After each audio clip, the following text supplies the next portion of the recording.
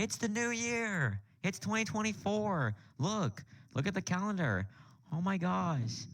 You hear how excited I am about 2024? Yeah, well, all that excitement was for literally barely anything because this year was pretty mediocre for movies and it was not great in terms of my life. Not only because I broke my computer and I had to make crappy videos for you guys for months, but also I had to deal with some disgusting people on the internet without even realizing it. That just made me more cautious and kind of afraid of the internet for a while there. And in general, those months when I broke my computer, I was miserable for months because I was so sad I couldn't make the great videos for you guys. But 2024 still did have some good moments like me going to Disneyland, meeting new people, and especially my awesome baby brother. But in terms of the movies, 2024 was a very mediocre year in terms of films. Not like downright bad or anything, but like there was just so many films that I thought were gonna be great, like Joker 2 or Ghostbusters, that ended up being just mediocre or and a lot of other films that I didn't think would be very good, like Civil War or Alien Romulus, that actually turned out to be massive wins. But looking forward to next year, holy crap.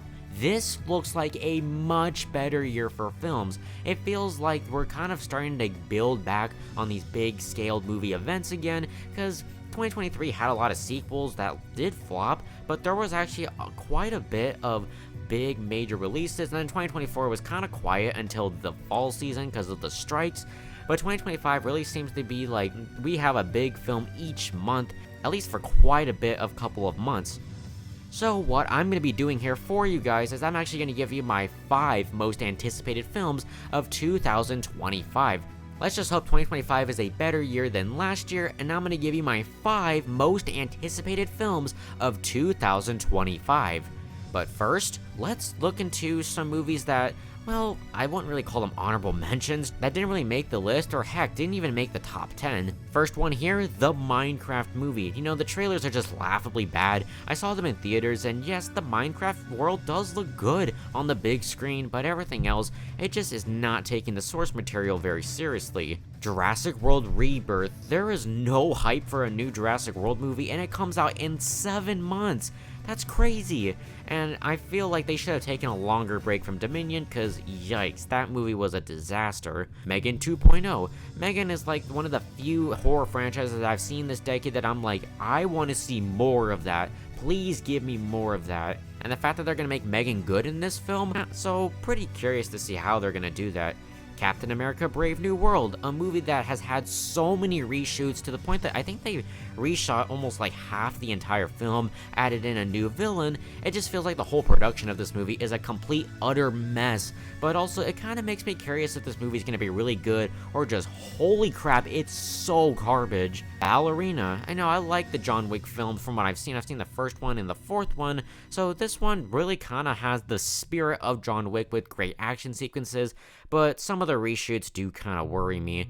Paddington in Peru. I mean, I haven't seen the other Paddington movies, but from what I've heard from this one, I've heard it's a cute and good time, which I guess that, yeah, that could get me excited. Lilo and Stitch. A live action remake. At first I was like, really? We're gonna go back to this? I mean, it wasn't that successful when it came out, but it gained popularity years later. But from the trailers we're seeing and how they're marketing it similarly to how they did from the 2002 film does get me excited that this could be a cute time. New Wallace and Gromit movie. Chicken Run Dawn of the Nugget kind of made me lose a little bit of faith in Aardman after their big flop with Early Man, and then with this, they did have Shaun the Sheep, but like, I really hope that this is a true comeback for Aardman, because I love the studio, but I feel like they haven't had a lot of like big great wins in a long time. Michael, a biopic that I am very curious about due to them addressing a lot of the controversies of Michael Jackson. I'm curious how they're gonna overall do this in this film. And you know that this movie is going to be like a big discussion all over online, and I'm really excited to see how people are going to feel divided or polarized by it. And finally, I know this one is going to make people like, wait, really? Dogman.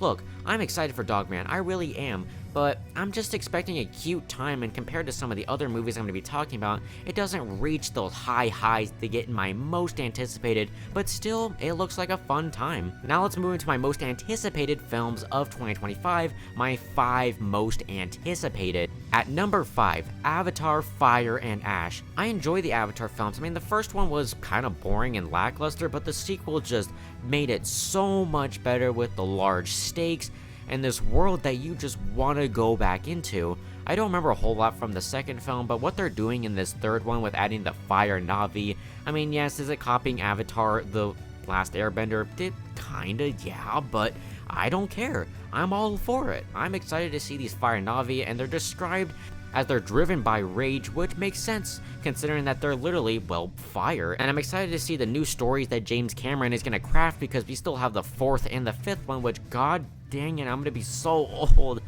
But I'm excited to see what James Gunn, I'm excited to see what James Cameron's about to cook here. Mission Impossible: The Final Reckoning. Now, the last Mission Impossible movie didn't do the best at the box office, but I don't care. I love that film. That film is amazing, and I saw the first one, and I haven't seen the rest of them, but the trailer really gave me like vibes that this is going to be the final film. There were many callbacks to the original other Mission Impossible movies, at least some that I did know about from the original one, and it really feels like this is going to be the end. To the poster, to the trailer, it all feels very emotional and sentimental, like bittersweet goodbye to this franchise, which I don't think is actually going to end because, well, I mean, despite the last one flopping, this is probably still going to make some money for Paramount. At least I hope it does.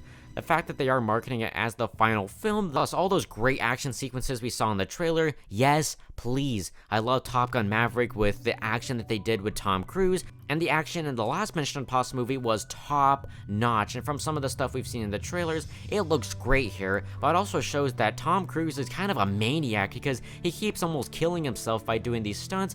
The dedication hopefully will all be worth it. Number 3, Elio. Now, Pixar hasn't really had like the best original concept in a long time. Elemental, I was kind of like, really? Really, we're gonna do this? What if another thing had feelings? But with Elio, we're doing like aliens, which yes, we've seen aliens have feelings multiple times, but with Pixar, they've never really done a sci-fi concept like this before, where it's like this entire world full of sci-fi creatures, all these creatures that are ambassadors of their own planets. That could create some very fun and unique scenarios, and the concept alone just sounds and looks amazing. It's definitely the best world building that Pixar has had since Soul, and that's something that Pixar does extremely well with their films. World building, The Day of the Dead, the U Seminar, now with the Communiverse. It all feels highly creative, and they put so much detail into everything. And with this movie, it seems like they really want to get this film right, because we need an original film to do very well for Pixar. I have the highest hopes for this film. I just really hope that this is a great movie, because the last sci-fi film we got was Lightyear from Pixar, and did not like that movie very much. It was, well, it wasn't bad, but like, it felt dull, bland, and boring, and this one really seems to kind of fix some of those issues with being more brighter, more colorful, and really embracing the sci-fi aspect, which I can't wait to see how Pixar is going to go further, or maybe they might dial back a bit into this concept, but either way, I'm hyped about this. Number 2, you guys might be like, why isn't this number 1? Superman. Now, before the trailer was coming out, I was like, ooh, yes, we're gonna get the trailer, I even remember having the timer on my computer for Monday, Tuesday, and Wednesday, and I literally woke up at 6 a.m. to just watch the trailer. I got no sleep, but it was worth it, because when I saw that trailer, I was on the floor, stunned by what I just witnessed. Superman truly looks like one of the best comic book movies we've had in years. DC has not had the best films with stuff like Shazam 2, The Flash, and Aquaman 2, but Superman really seems like a film that they're passionate about, and for good reason too, because this is the start of a new universe.